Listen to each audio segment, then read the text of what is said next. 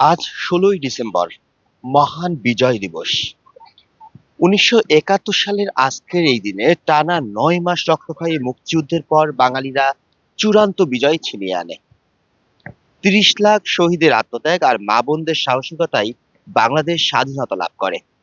আজকের এই দিনটি শুধু উৎসবই নয়, এই দিনটি বাঙালির অস্তিত্বের পরিচয়ের দিন। যেই দিনটি মনে করিয়ে দেয় স্বাধীনতা দানে পাওয়া নয়, বরং ত্যাগ আর রক্তের বিনিময়ে অর্জন করা। আজ এই মহান বিজয় দিবস উপলক্ষে কুষ্টিয়া সদর উপজেলা প্রশাসনের পক্ষ থেকে আনুষ্ঠানিকতা চলছে কুষ্টিয়া সদর উপজেলার দুর্বাচাড়া এলাকায়, যেটি বাংলাদেশ মুক্তিযোদ্ধা সংসদ এবং আঞ্চলিক কমান্ডো হিসাবে গড়ে ওঠা এলাকা।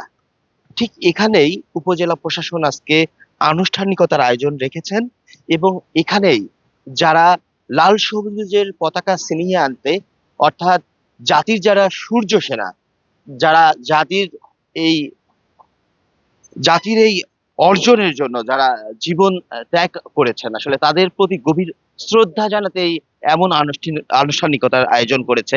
এখানে যারা মুক্তিযোদ্ধারা রয়েছেন, অর্থাৎ জাতির সূর্য সেনারা রয়েছেন, তাদের সঙ্গে আমি একটু কথা বলার চেষ্টা করব এবং তাদের কাছ থেকে জানতে চাইবো আসলে মূলত আজকের এই দিনে তাদের কি কি স্মৃতি মনে পড়ে। একটু জানতে চাই যে মূলত এই যে যারা সহযোদ্ধা, যাদের জীবন ত্যাগ করেছেন, তাদের স্মৃতি কি কি মনে পড়ে আপনার? যারা সহযোদ্ধা, আমার নাম মোহাম্মদ ইউসুফ আলী। আমি একজন যুদ্ধরত মুক্তিযোদ্ধা। আমার দুর্বাচারা বড়ইটুপি আমার জন্মভূমি। আমি যখন মুক্তিযোদ্ধা হায়ার ট্রেনিং শেষ করে আসি, তখন আমি এলাকায় ঢুকি।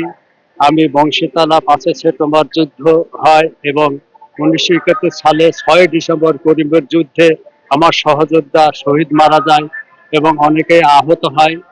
তো আমরা এই যুদ্ধে অংশগ্রহণ করার পরে দোরবাছড়া স্কুল মাঠে একটা ট্রানজিট ক্যাম্প তৈরি করা হয় এবং সেখানে আঞ্চলিক লোকজন এবং যুবক লোকজন নিয়ে ওখানে আমরা ট্রেনিং করাই এবং বিভিন্ন প্রকারের ট্রেনিং করাই এবং ওখানে স্কোয়াড তৈরি করা হয় এবং বিভিন্ন জায়গা এই স্কোয়াড আমরা মুভ করাই।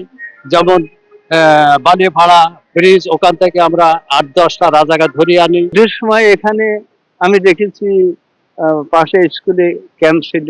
এই ক্যাম্প থেকে স্থানীয় লোকদের এই ফিল্ডটি প্রশিক্ষণ দেওয়া হতো। হ্যাঁ, এবং এইখানে আমি দেখেছি অনেক বাইরের কমান্ডাররা আসতো। তারা এখানে এসে জায়গায় জায়গায় এখানে আশেপাশে 7টা ক্যাম্প ছিল। এসব ক্যাম্পে স্থান নিত। এখানে সলিমুদ্দিন বিশ্বাস ছিল, উনি খুব একটা ইয়ে ব্যক্তি। ওনার এই নেতৃত্বেই তারা দেখেছি আমি বিভিন্ন অঞ্চলের মুক্তিযোদ্ধারা এসে এখানে স্থান নিতে এবং অপারেশন করতে।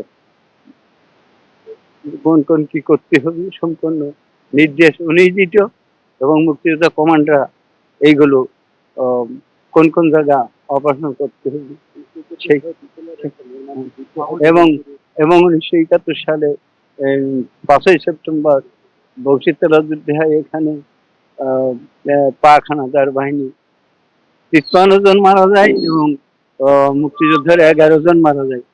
এবং তারা সহ যারা মুক্তিযোদ্ধা তাদেরকে সাথে নিয়ে এই শহীদদের প্রতি গভীর শ্রদ্ধা জানানো এবং জাতীয় পতাকা উত্তোলন করা, সেই কার্যক্রম কিন্তু চলমান রয়েছে।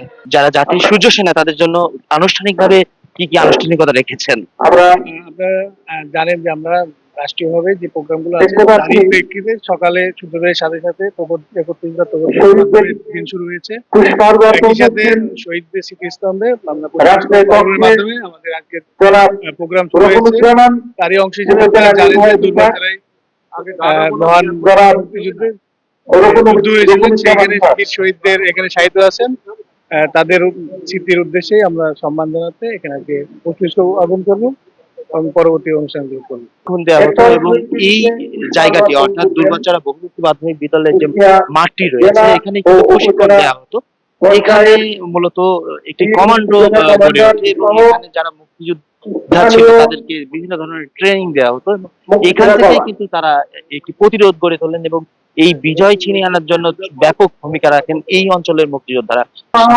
তারা বলছিলেন যে আসলে এই যে জায়গাটি অর্থাৎ দুর্বাচারা এলাকার এই যে জায়গাটি এখান থেকে কিন্তু তারা যুদ্ধ পরিচালনা করেছেন 1971 সালে এবং এখানে কমান্ডো গড়ে তোলা হয়। এখানে ট্রেনিং দেওয়ানো হতো কিভাবে তারা এই যুদ্ধ পরিচালনা করবে এবং কিভাবে এই শত্রুদের মোকাবেলা করবে সেই প্রশিক্ষণ কিন্তু এখান থেকে দেওয়া হতো।